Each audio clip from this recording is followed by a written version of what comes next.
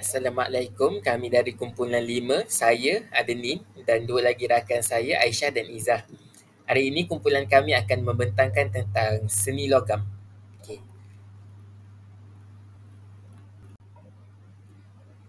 Jadi apa itu seni logam? Seni logam merupakan seni pertukangan logam di Malaysia yang telah wujud sejak zaman prasejarah.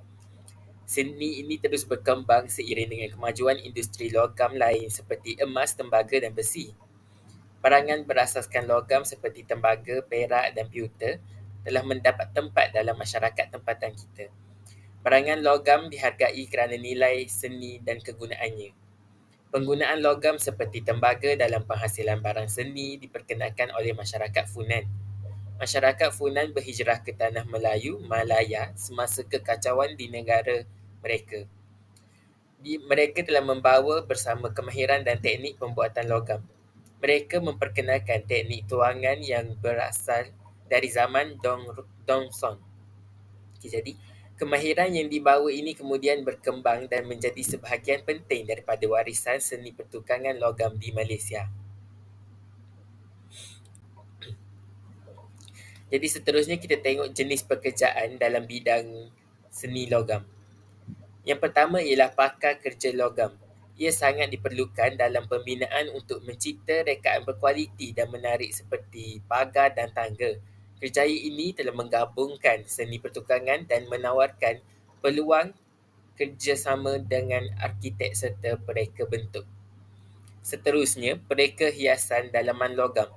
Mereka ini menggunakan logam dalam elemen dekoratif seperti lampu, pemegang dan bingkai. Selain itu, pekerja kimpalan iaitu welder. Mereka menyambung logam menggunakan teknik kimpalan bagi menghasilkan struktur yang kukuh. Seterusnya ialah pereka barang kemas logam.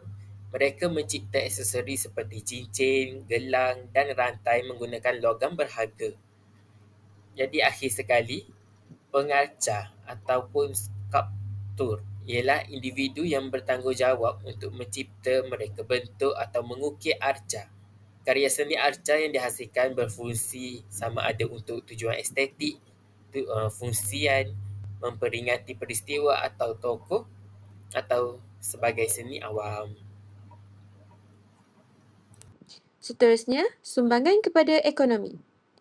Yang pertama ialah menjana pendapatan, iaitu memberi sumber pendapatan kepada penggiat-penggiat seni dan usahawan-usahawan kecil yang menghasilkan serta menjual karya seni logam. Contohnya, perusahaan kecil dan sederhana iaitu PKS. Yang kedua pula ialah pelancongan budaya, iaitu menarik pelancong melalui warisan-warisan seni dan pusat kraftangan khususnya yang mempamerkan karya-karya seni logam. Yang ketiga pula ialah ekspor produk tempatan, iaitu produk seni logam tempatan dapat diekspor ke luar negara apabila terdapat permintaan di pasaran antarabangsa.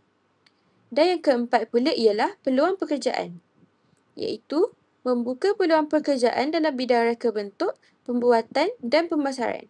Oleh itu, kadar pengangguran dapat dikurangkan. Seterusnya, cabang dan bidang dalam seni logam. Yang pertama ialah reka bentuk logam hiasan, iaitu menumpukan pada pembuatan objek hiasan seperti ukuran dinding, bingkai dan perhiasan dalaman. Yang kedua pula ialah pertukangan logam metal craft, iaitu melibatkan kerja tangan dalam menghasilkan barangan kecil seperti barangan kemas, aksesori dan alat kegunaan harian. Yang ketiga pula ialah arca logam metal sculpture, iaitu menghasilkan karya 3 dimensi seperti patung dan tugu menggunakan bahan logam. Seterusnya iaitu produk atau karya dihasilkan, iaitu arca dan barang kemas, pagar dan pintu besi dan juga senjata, iaitu sebagai contohnya keris. Bagaimanakah bidang seni halus berkembang dalam dunia digital? Pertama, percetakan 3D dan juga prototype membolehkan penghasilan prototype awal menggunakan resin atau plastik sebelum dituangkan dalam logam sebenar, menjimatkan masa dan kos. Kedua, mesin CNC dan laser cutting memungkinkan pemotongan dan ukiran logam yang tepat dan konsisten sesuai untuk pengeluaran berskala besar dan berkualiti tinggi. Ketiga, pendidikan dan perkongsian ilmu digital. Kelas dalam talian dan platform digital memudahkan pegiat seni logam belajar dan berkongsi kemahiran tanpa had lokasi.